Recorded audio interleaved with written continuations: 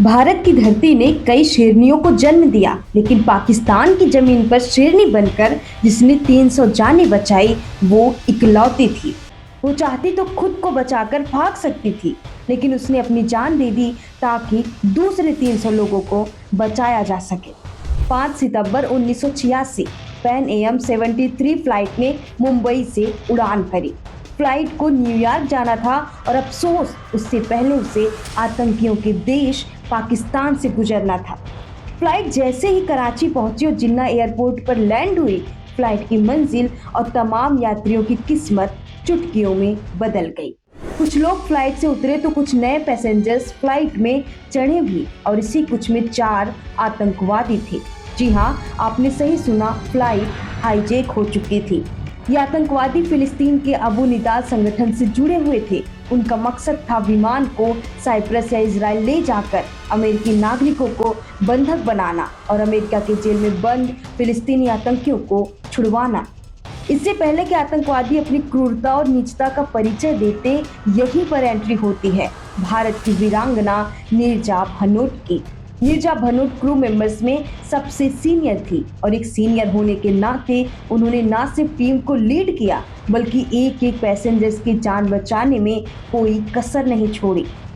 उन्होंने मौके की नज़ाकत को समझते हुए कॉकपिट क्रू को चेतावनी दिया। इससे पायलट को बाहर निकलने का मौका मिला।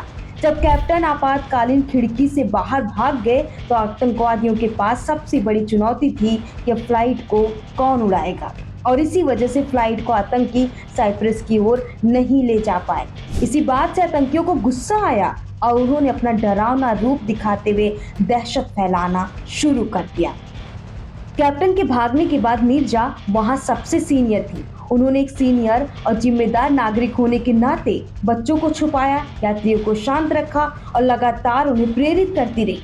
उन्होंने 16 घंटे सब कुछ संभाले रखा। इतने में जैसे जैसे अंधेरा होने लगा, उन्होंने खाना के पैकेट के साथ पैसेंजर्स को आपातकालीन खिड़की के बारे में फटाफट सब कुछ समझाया।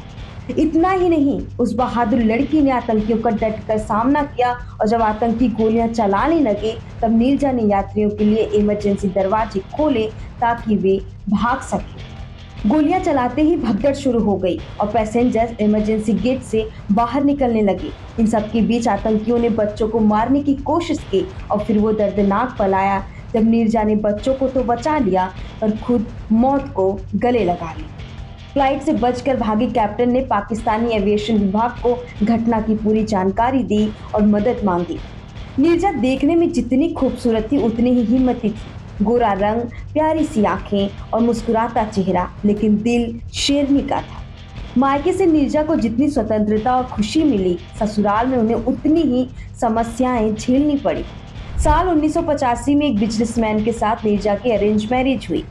शादी के बाद वो अपने पति के साथ खाड़ी देश चली गई, जहां उन्हें दहेज के लिए यातनाएं दी जाने लगी। आखिरकार इन सबसे तंग आकर नीरजा ससुराल छोड़कर अपने घर वापस आ गई। मुंबई लौटने के बाद उन्होंने कई मॉडलिंग कॉन्ट्रैक्ट भी किए। इसके बाद उनकी पैन AM एयरलाइंस में जॉब लग गई। इसी दौरान उन्होंने एंटी हाईजैकिंग कोर्स भी किया। नीरजा ने पूरी शिद्दत से ट्रेनिंग किया और किसे पता था कि यही एंटी हाईजैकिंग कोर्स एक दिन उनकी जान का दुश्मन बन जाएगा और तमाम जिंदगियों का रखवाला भी। आपको बता दें, उनकी मौत उनके जन्मदिन के सिर्फ 2 दिन पहले हुई। 22 साल की उम्र में नीरजा ने तमाम लोगों की जिंदगी बचाते हुए पाकिस्तान की सरजमी पर अपनी आखिरी सांस ली, लेकिन हमेशा के लिए अमर हो गई। साल 2016 में उनकी बहादुरी को लेकर एक फिल्म नीरजा बनी, जिसमें सोनम कपूर ने उनका रोल किया। नीरजा भनोट अशोक चक्र पाने वाली पहली महिला थी। नीरजा भनोट सिर्फ नाम ही नहीं, वो भारत की वो बेटी थी जिन्होंने साबित किया कि बहादुरी उम्र नहीं देखती, सिर्फ हिम्मत देखती है। लेकिन सवाल ये कि अगर आप उनकी जगह होते तो क्या आप इतनी हिम्मत दिखा पाते? वीडियो अच्छा लगा तो कमेंट में जय हिंद जरूर लिखें।